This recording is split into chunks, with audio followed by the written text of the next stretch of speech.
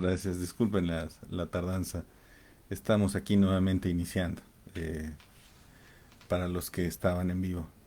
Sean todos bienvenidos. Vamos a iniciar esta sesión de la barra de liturgia. Eh, Tenemos nuestra barra de espiritualidad católica. Vamos a trabajar en este momento lo que es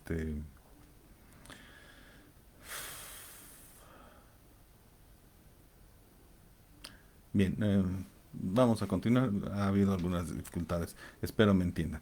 Bien, entonces decíamos, vamos a trabajar hoy lo que es las ordenaciones episcopales.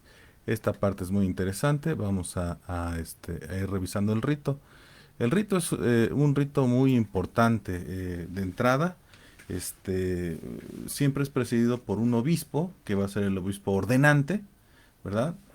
Y que va a conferir la ordenación a los nuevos obispos. Cabe señalar que el orden sacerdotal tiene tres grados, ¿verdad? Eh, Obispo, presbítero y diácono. Entonces, eh, quien llega a estas alturas, a este orden, a este grado del orden, el orden episcopal, pues es el grado máximo, ¿no? Es el mismo grado que, por ejemplo, tiene el Papa.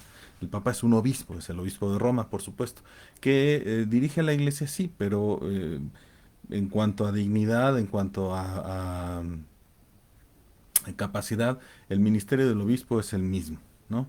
Entonces es el grado más alto que puede llegar a alcanzar un ministro, ¿no? Entonces es importante pues irlo conociendo. Yo quisiera leerles algo que tengo aquí. Está muy sencillito y dice, hablando de la ordenación episcopal, el ministerio episcopal, ¿no? La consagración episcopal confiere, junto con la función de santificar, también las funciones de enseñar y gobernar. Entonces son tres funciones que se confieren con la consagración episcopal. Santificar al pueblo de Dios, enseñar al pueblo de Dios, gobernar al pueblo de Dios. En efecto, por la imposición de manos y por las palabras de la consagración se confiere la gracia del Espíritu Santo y se queda marcado con el carácter sagrado. En consecuencia, los obispos de manera eminente y visible hacen las veces del mismo Cristo, maestro, pastor y sacerdote. Por eso, justamente, la santificación, la enseñanza y el gobierno. Y actúan en su nombre, in eius persona agant. El Espíritu Santo que han recibido ha hecho de los obispos los verdaderos y auténticos maestros de la fe, pontífices y pastores. Este pequeño resumen nos da una idea de la importancia de la ordenación episcopal, ¿no? Como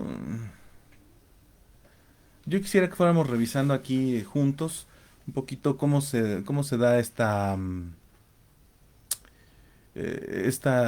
celebración donde se confiere la ordenación episcopal a un candidato, ¿no? Entonces decía yo, empezando porque es una misa de carácter diocesano, ¿no? Eh, pero aún así vienen obispos de otras diócesis a acompañar este momento, ¿no? Entonces el obispo titular de la diócesis, el que va a ordenar a algún otro obispo, a un obispo auxiliar, será acompañado por sus hermanos del colegio episcopal de la iglesia local de México, ¿no? Si algunos otros pueden venir, pues también serán bienvenidos, ¿verdad?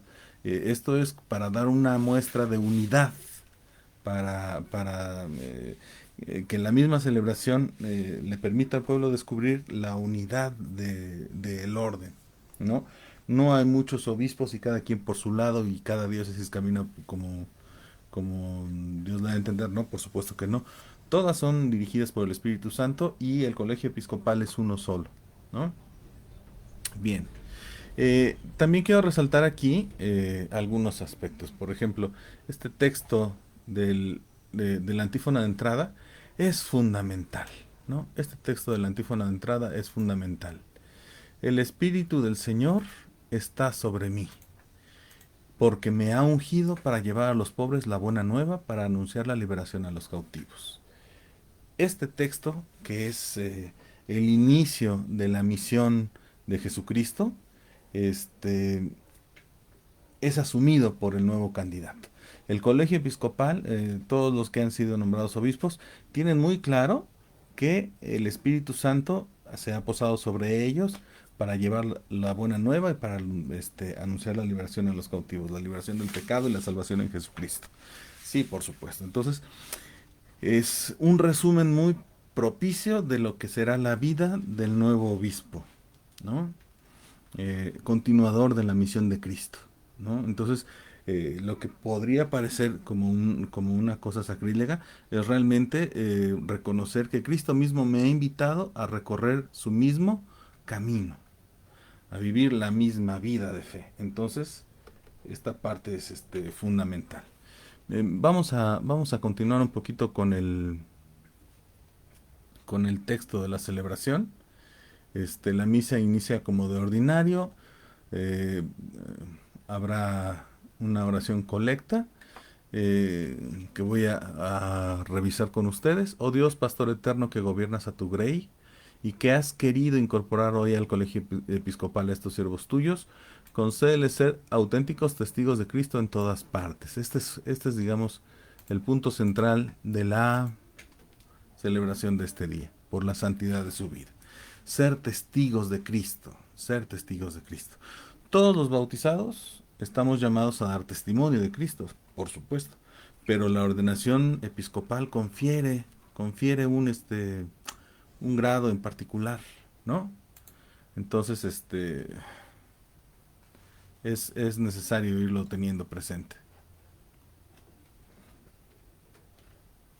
Bien, eh, decía yo que durante este día que estamos revisando el sacramento del orden, vamos a trabajar con la ordenación episcopal. Este, bien, vamos a revisar algunos puntos. La misa es como de ordinario. Hay, por supuesto, como una misa solemne y festiva. Primera lectura, salmo, segunda lectura y evangelio, ¿no? Y habrá una homilía del obispo que va a hacer la ordenación. Y después, terminada la homilía, empieza el rito de la ordenación. Y hay algunos detalles que yo quisiera ir poniendo de manifiesto con todos ustedes. Por ejemplo, la primera parte de la ordenación episcopal es la invocación al Espíritu Santo. En general, se suele usar este himno de todos conocido, ¿no?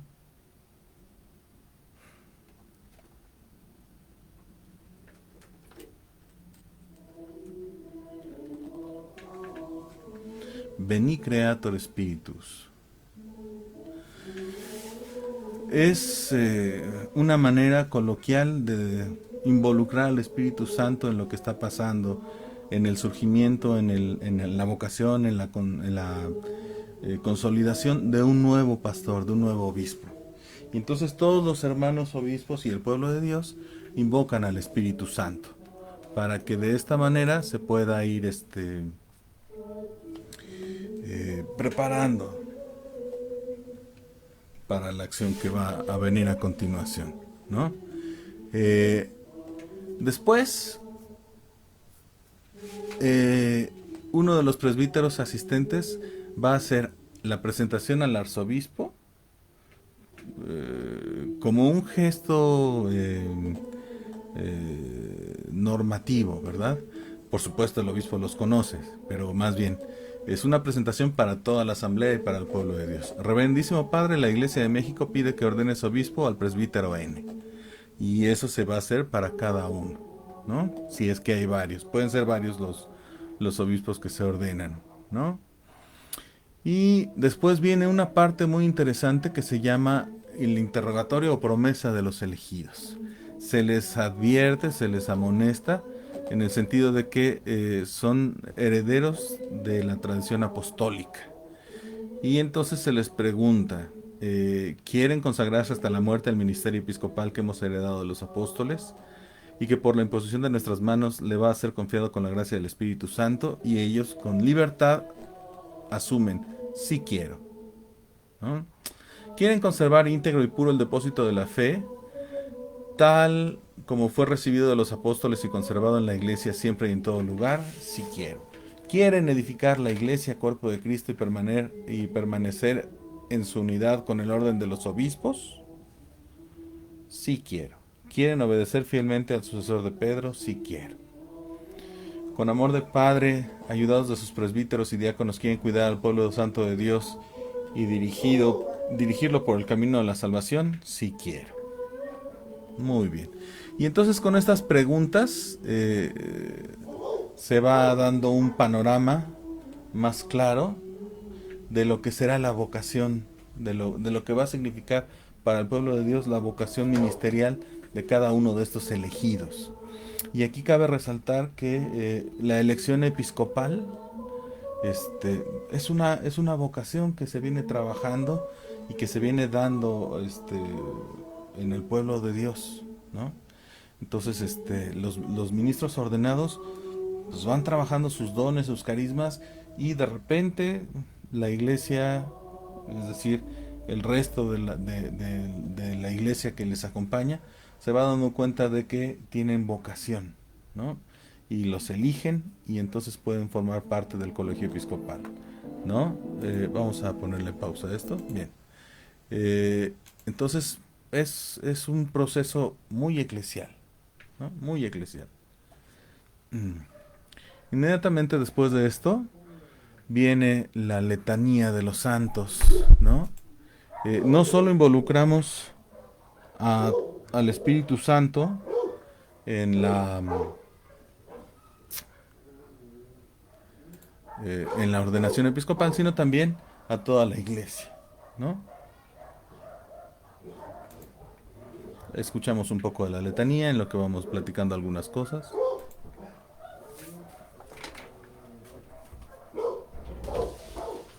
¿No me ayudan con los perros?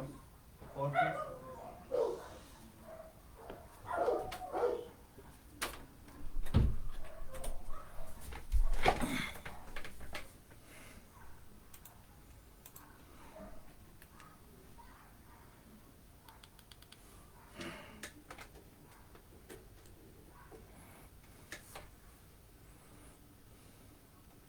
Qué barbaridad, no, no quiere jalar este asunto. Lo siento, ha estado muy atropellado todo esto. Bueno, por supuesto, Señor, ten piedad de nosotros. Señor, ten piedad de nosotros. Cristo, ten piedad de nosotros. Cristo, ten piedad de nosotros. Señor, ten piedad de nosotros. Señor, ten piedad de nosotros. Santa María, Madre de Dios, ruega por nosotros. Y así uno a uno se va invocando, empezando por la Madre de Dios, los apóstoles, los santos. eh, a- Ahora sí que, como dice la frase popular, la corte celestial se invoca para que intercedan por el elegido delante de Dios, para que Dios lo llene de sus dones, de su gracia, y pueda producir frutos de salvación su ministerio episcopal, ¿no? Entonces la iglesia se une para hacer esta oración. Perdonen ustedes, vamos a continuar con el rito.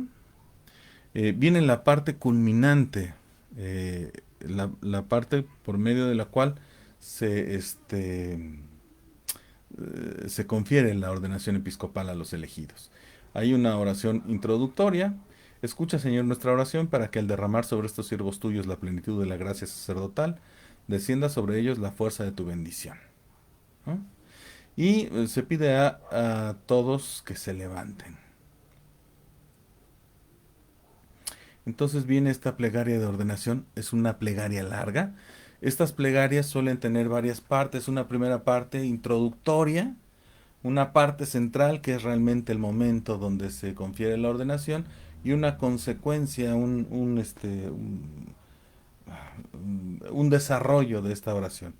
Vamos a leer con calma. Dios y Padre de nuestro Señor Jesucristo, Padre de misericordia y Dios de todo consuelo, que habitas en el cielo y te fijas en los humildes, que lo conoces todo antes de que existiera. Tú estableciste normas en tu iglesia con tu palabra bienhechora. Desde el principio tú predestinaste un linaje justo a Abraham, nombraste príncipes y sacerdotes y no dejaste sin ministros tu santuario.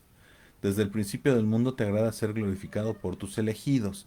Esta parte es una introducción acerca de cómo a lo largo de la historia de salvación Dios siempre ha tenido, ha llamado, ha convocado a su servicio a ministros que atiendan el santuario, ministros que ayuden a las funciones sacerdotales y que estén encargados de acercar al pueblo a Dios, ¿no? Y viene la parte que está ahora en Versalitas, que es la oración central de esta plegaria de ordenación.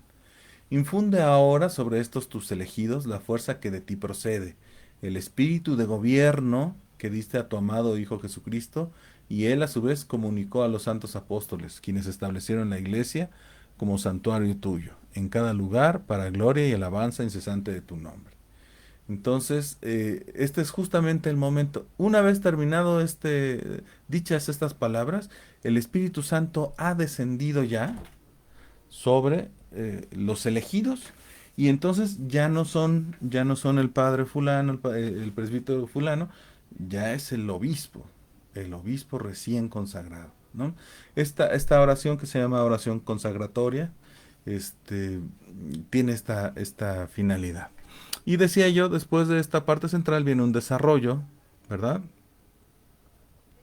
Tú que conoces los corazones, concede que estos servidores tuyos, a quienes elegiste para el episcopado, sean buenos pastores de tu santa grey y ejerciten ante ti el sumo sacerdocio, sirviéndote sin tacha día y noche, que atraigan tu favor sobre tu pueblo y ofrezcan los dones de tu santa iglesia, que por la fuerza del Espíritu que reciben como sumos sacerdotes y según tu mandato, tengan también el poder de perdonar pecados, que distribuyan los ministerios y los oficios según tu voluntad y desaten todo vínculo conforme al poder que diste a los apóstoles.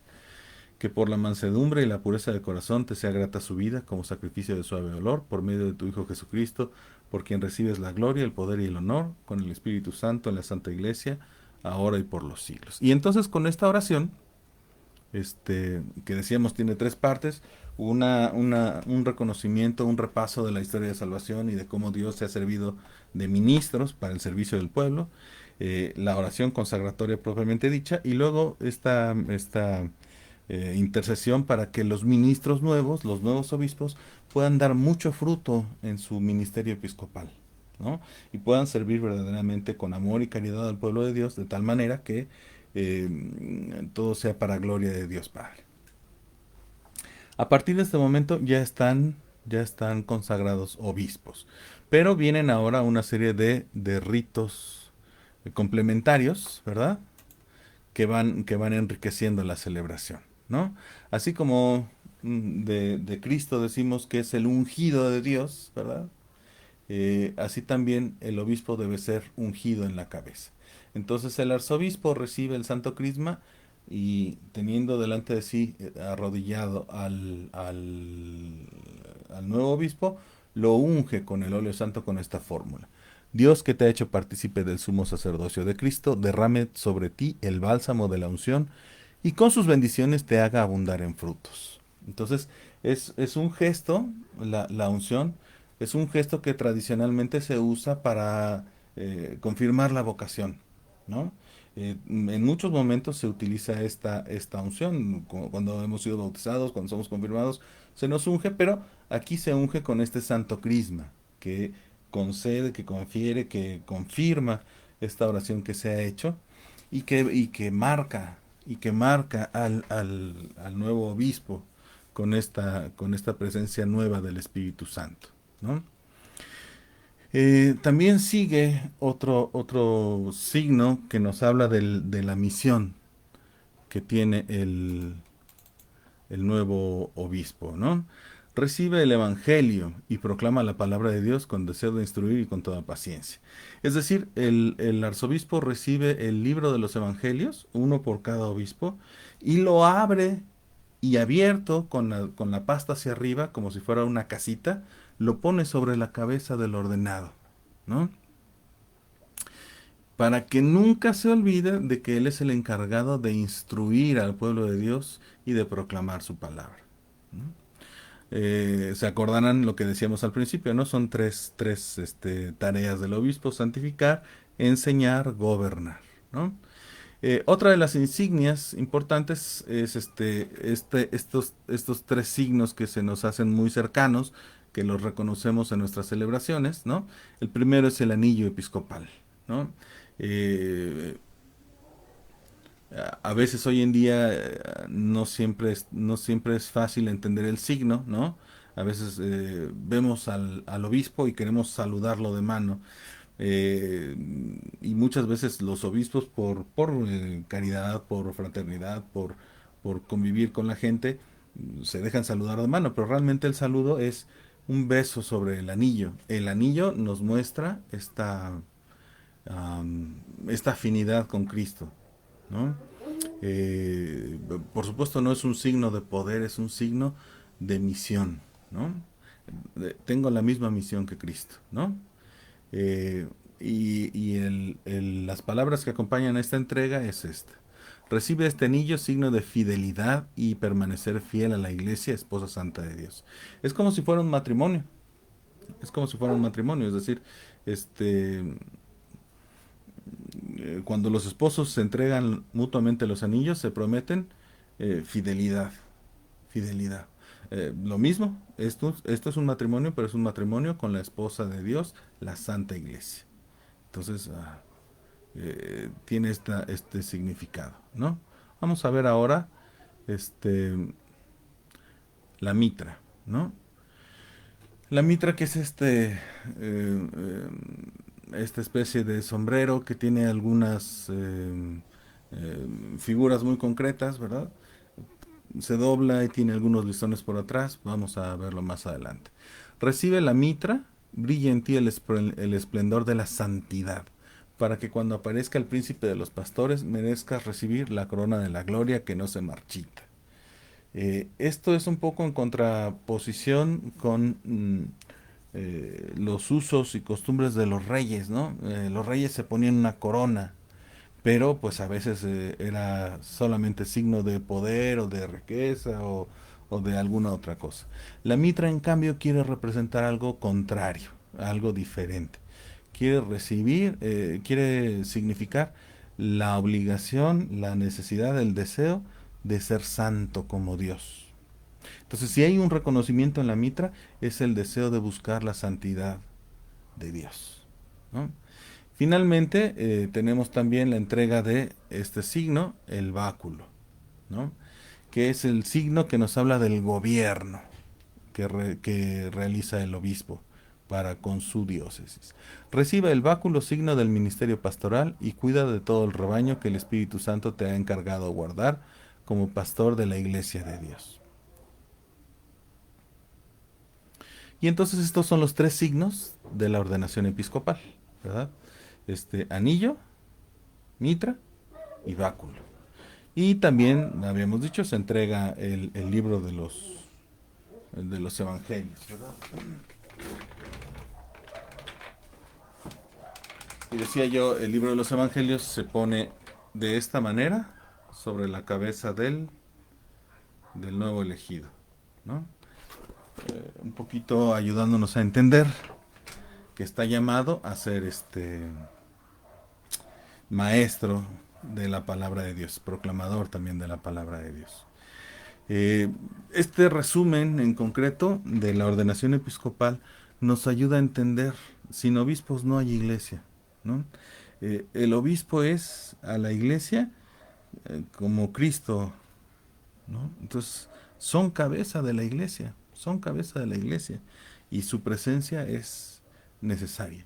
De otra manera no podría haber los demás sacramentos, no podría haber ordenación presbiteral ni de diáconos, y por supuesto no se podrían celebrar los demás sacramentos si no están los ministros.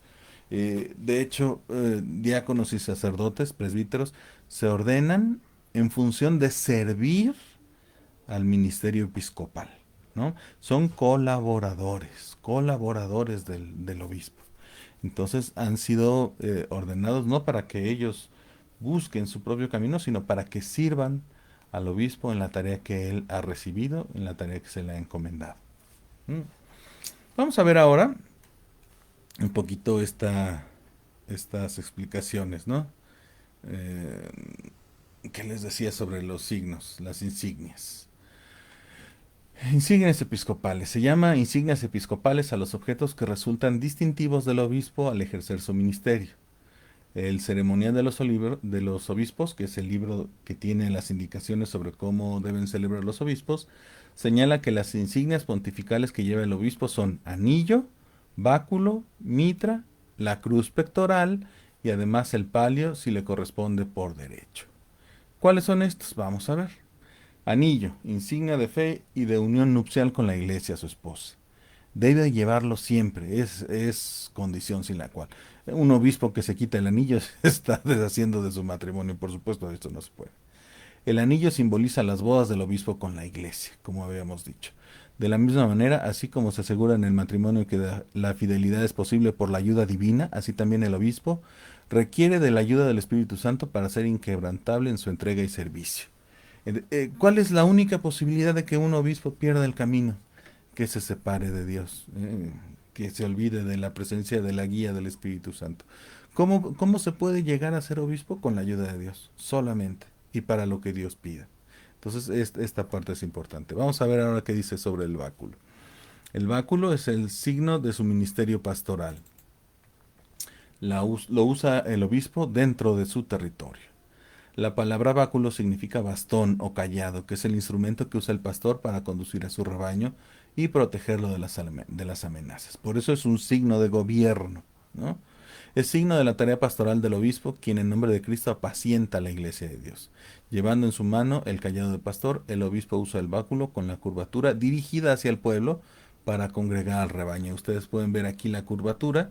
Entonces, esta parte se dirige hacia el pueblo como este es el signo, ¿no?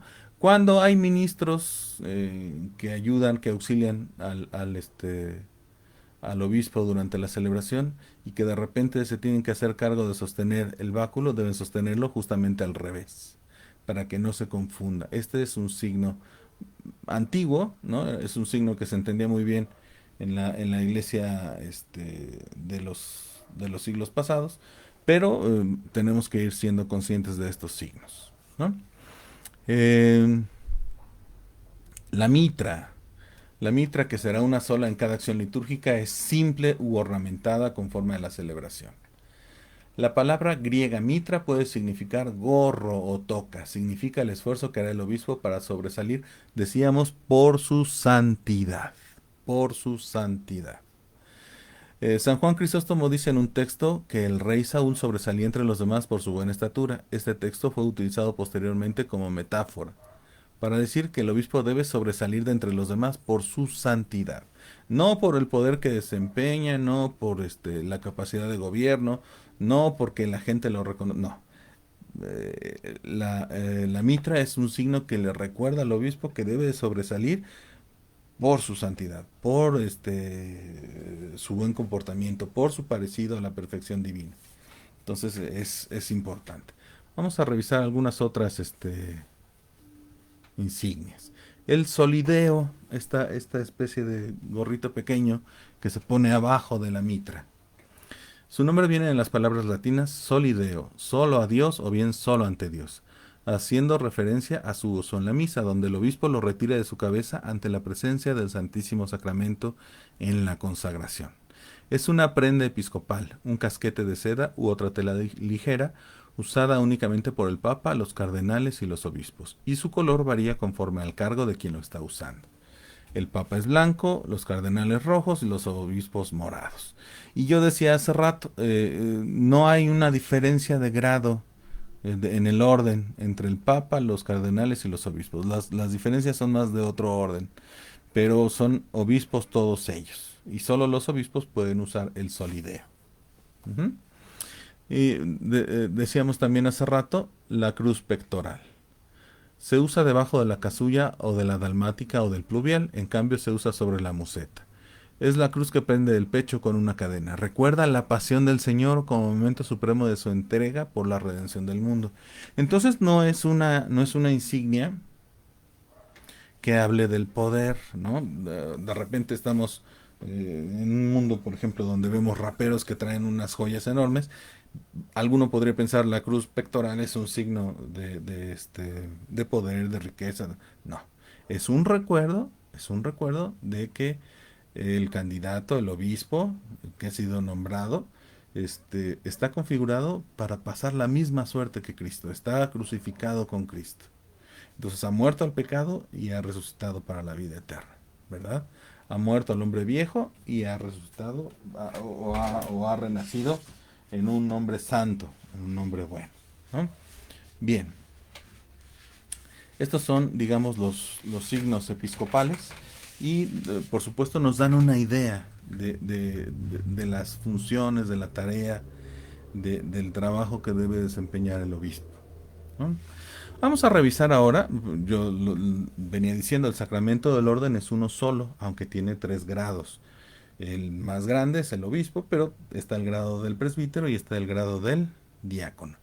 Vamos a revisar un poquito cuáles son las diferencias que hay de una manera muy breve, no crean que nos vamos a tardar mucho, ¿no? Por ejemplo, les voy a poner aquí a continuación. La celebración es casi la misma, es casi la misma. Este, hay letanía y hay invocación al Espíritu Santo después de la homilía. Y esta es la plegaria de ordenación. Solo vamos a ver la parte central, ¿no? Te pedimos, Padre Todopoderoso, que confieras a estos siervos tuyos la dignidad del presbiterado, es decir, para los sacerdotes. Renueva en sus corazones el espíritu de santidad, reciban de ti el segundo grado del ministerio sacerdotal y sean con su conducta ejemplo de vida. Entonces, de entrada, marca aquí el segundo grado como un reconocimiento de que su ministerio no es un ministerio independiente, sino que está en función del ministerio episcopal. Y lo dice adelante, ¿verdad? Cuando habla ya de las intercesiones para que el ministerio de frutos, dicen, sean honrados colaboradores del orden de los obispos, para que por su predicación y con la gracia del Espíritu Santo la palabra del Evangelio dé fruto en el corazón de los hombres. Entonces, el primer atributo del ministerio sacerdotal es ser colaborador de la tarea del obispo. Y entonces, ¿qué me toca a mí como presbítero hacer? Lo que el obispo me pida. El obispo me encomienda una parroquia, entonces atenderé una parroquia. Ah, no, no me encomienda eso, me encomienda que me haga cargo de alguna otra acción pastoral. Soy colaborador del obispo, es el pensamiento del presbítero, ¿verdad? Entonces, es eso, es colaborador. ¿Cuáles son los signos de la ordenación presbiteral? Primero, recordarán que al obispo se le unge en la cabeza, en cambio, a los sacerdotes se les ungen las manos. ¿Por qué las manos? Porque con las manos harán la consagración del pan y el vino, que es, digamos, la parte, eh, la fuente y el culmen de la acción pastoral, ¿no? Y entonces el obispo les dirá, Jesucristo el Señor, a quien el Padre ungió con la fuerza del Espíritu Santo, te auxilia para santificar al pueblo cristiano y para ofrecer a Dios el sacrificio. Y en ese momento le unge las manos. Y entonces esas manos quedan consagradas, ¿no? Cuando ha habido, por la razón que sea, una destitución de un presbítero, por ejemplo, un gesto, por ejemplo, tenemos noticia de él con los sacerdotes que tuvieron participación en la guerra de independencia, ¿no? Por ejemplo, Hidalgo, Morelos. Eh, Eran sacerdotes, se les destituye como sacerdotes. En ese tiempo se acostumbraba a arrancar de sus manos, se pelaba la mano, ¿no? Con una navaja, para quitar de esa mano, ¿no? Para quitar de esa mano la capacidad de ungir, de consagrar el pan y el vino. Cuando hay una destitución, esa es la intención. ¿Por qué? En el fondo eso no debería existir. Lo que Dios ha unido no lo separa el hombre. Si Dios te ha consagrado las manos para esto, deben ser siempre para poder ofrecer a Dios el sacrificio, ¿no? ¿Cuál otro gesto hay? Ah,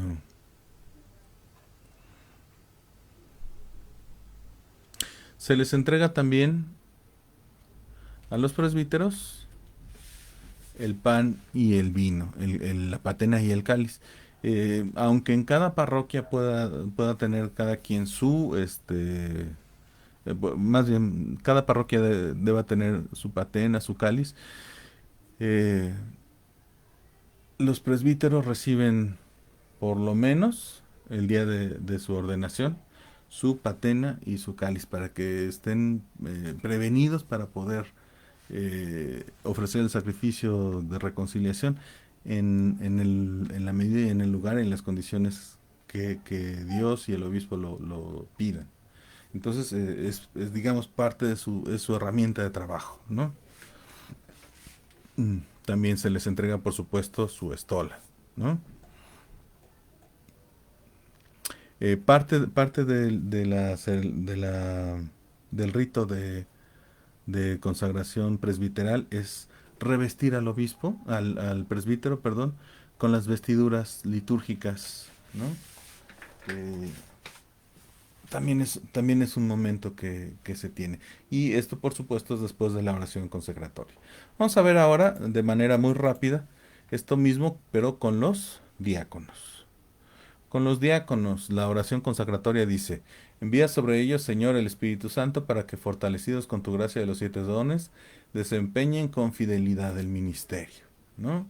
Y dice la parte siguiente: que resplandezca en ellos un estilo de vida evangélica, un amor sincero, solicitud por los pobres y enfermos, una autoridad discreta, una pureza sin tacha y una observancia de sus obligaciones espirituales, ¿no? Entonces, los diáconos también están inscritos en este sacramento del orden, pero es el tercer grado, ¿verdad? A los diáconos también se les entrega el libro de los evangelios porque su tarea fundamental es, dentro de la celebración eucarística, la proclamación de la palabra, ¿no? Entonces, es también herramienta de su trabajo, ¿no? Se les entrega un evangeliario para que puedan proclamar la palabra de Dios. En la presencia del obispo, deberá de participar en las celebraciones un diácono siempre que sea el encargado de hacer la lectura del Evangelio, ¿no?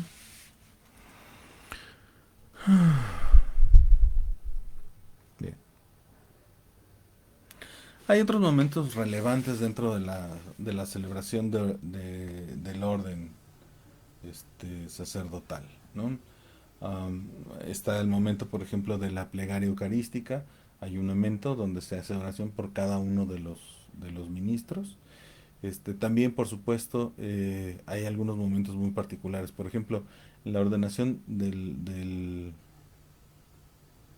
obispo, terminada la consagración, en el momento donde se da la paz de Cristo a la asamblea, los obispos dan un beso de bienvenida al nuevo obispo. Y entonces pasa eso, hay un caminar, un acercarse de todos los obispos que han venido a la celebración, como decía yo, como signo de unidad. Todos estos obispos se acercan al o a los nuevos obispos y los reciben dentro del orden episcopal con un beso. Este signo es muy claro y hace referencia justamente a que comparten la misma misión, a que comparten la misma tarea y a que los reciben en la unidad y que están dispuestos a apoyarlos en su caminar, ¿no?